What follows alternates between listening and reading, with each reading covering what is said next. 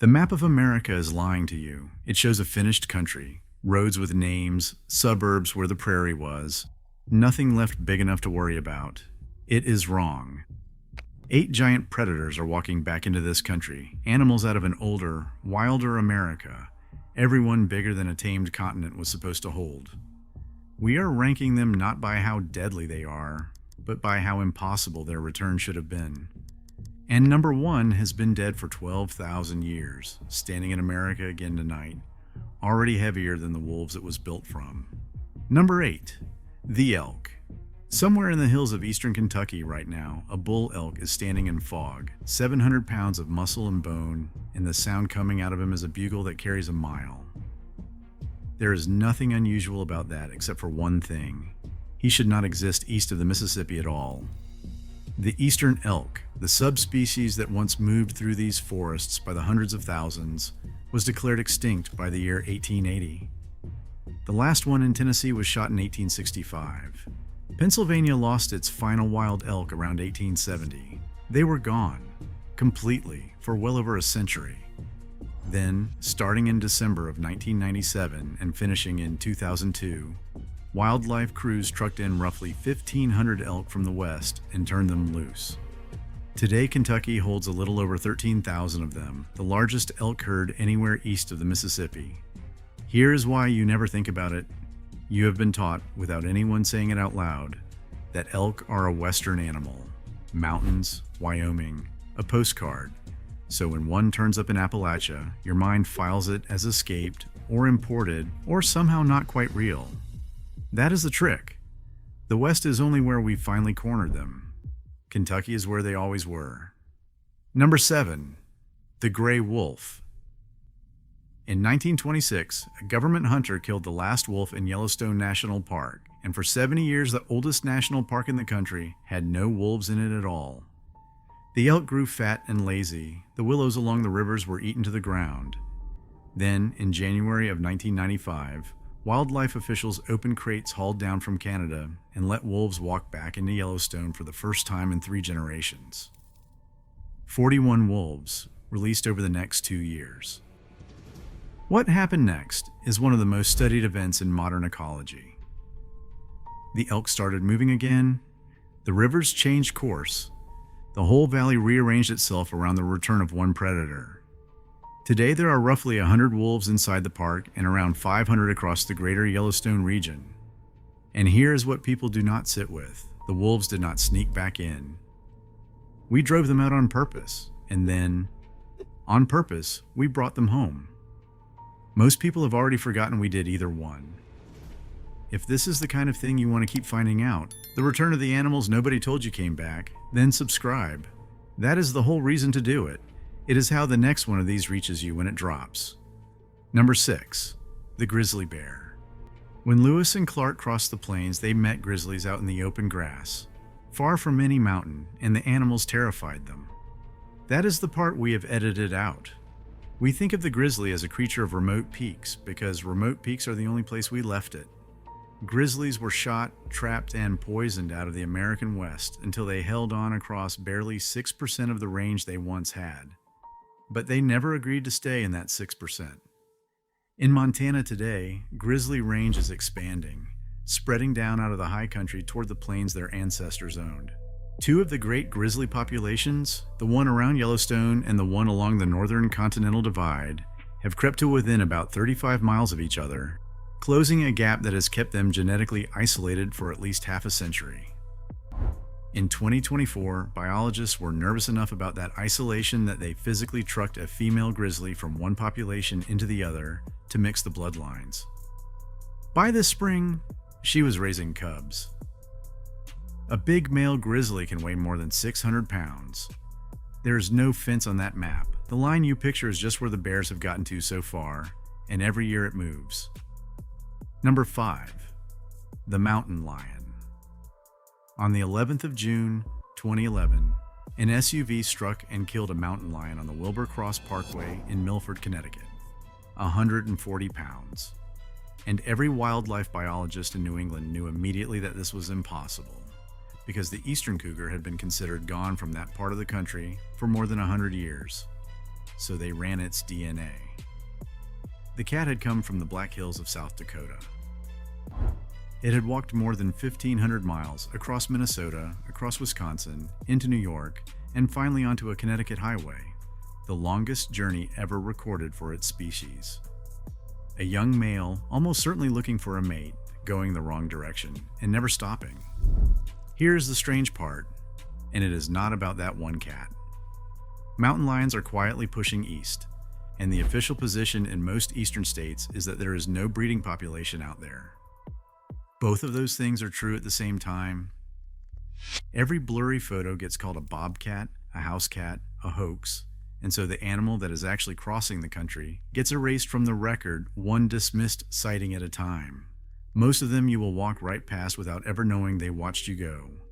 Everything up to this point you could almost explain away.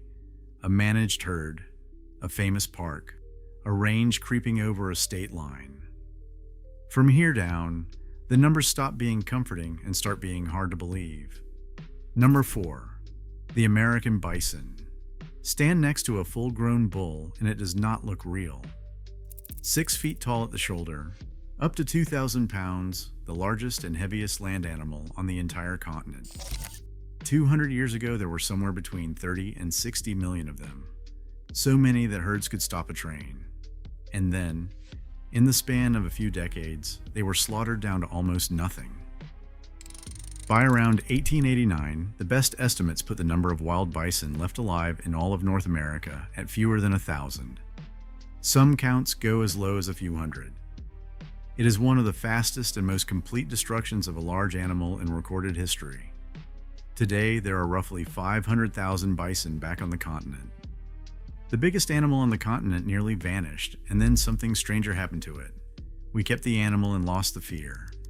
We put it on a coin, on a state flag, behind fences at the edge of a park, and shrank it in our heads until a 2,000-pound wild animal reads as scenery.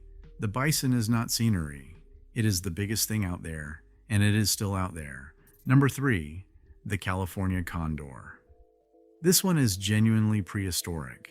The California condor has been flying over this continent since the last ice age, more than 40,000 years. A bird so enormous that native peoples across the West called it the Thunderbird.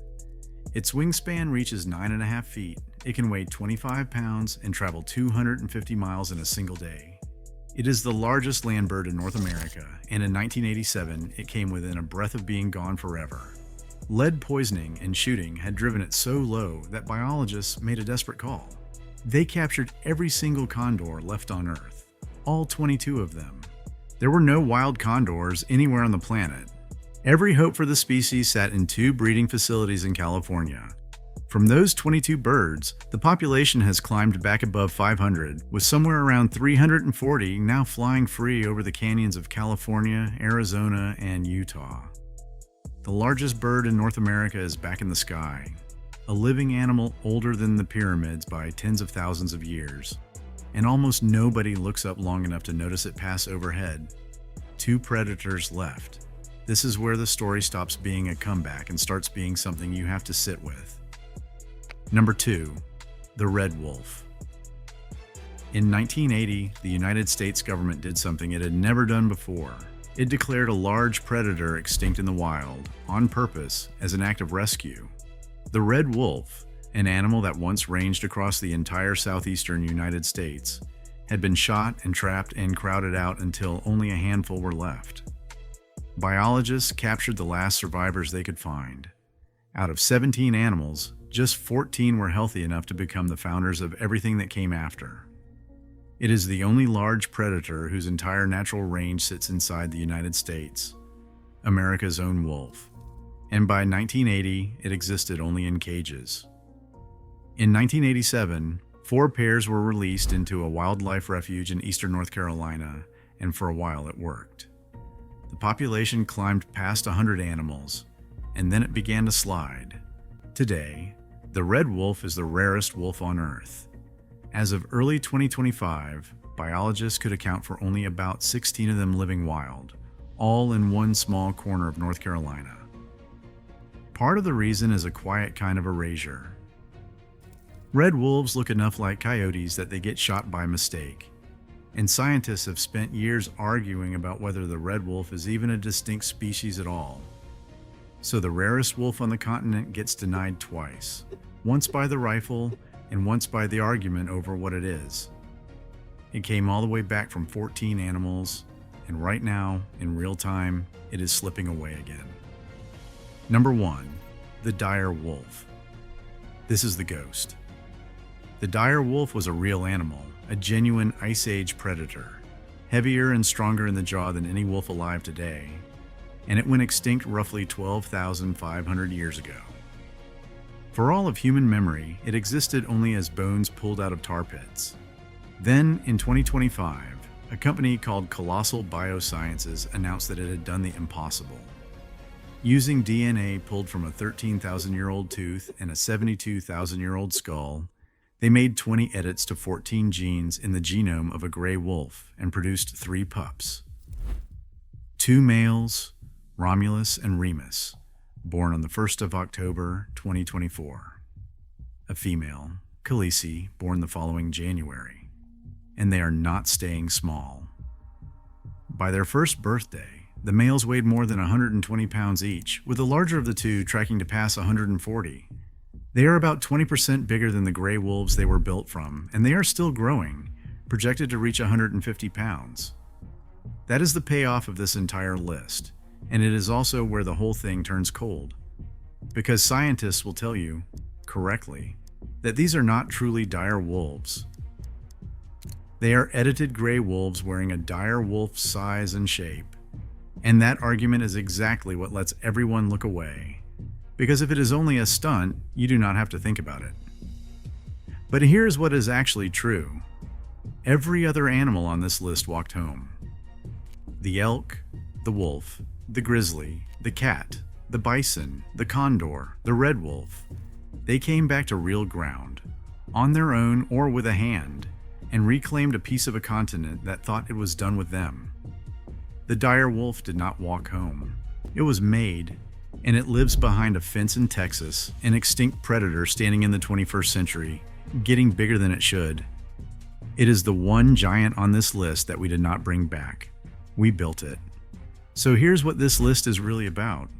Not fear. It is about a country that keeps telling itself the wild is finished, the map is settled, the big animals are safely somewhere else or safely in the past, and the animals keep not agreeing. The bison are on the prairie again, 2,000 pounds of it, right now, in the dark. The condors are riding the wind over the canyons the way they did before there were people to name the canyons. Somewhere east of where anyone thinks it should be, a mountain lion is moving through the trees and no report will ever be filed.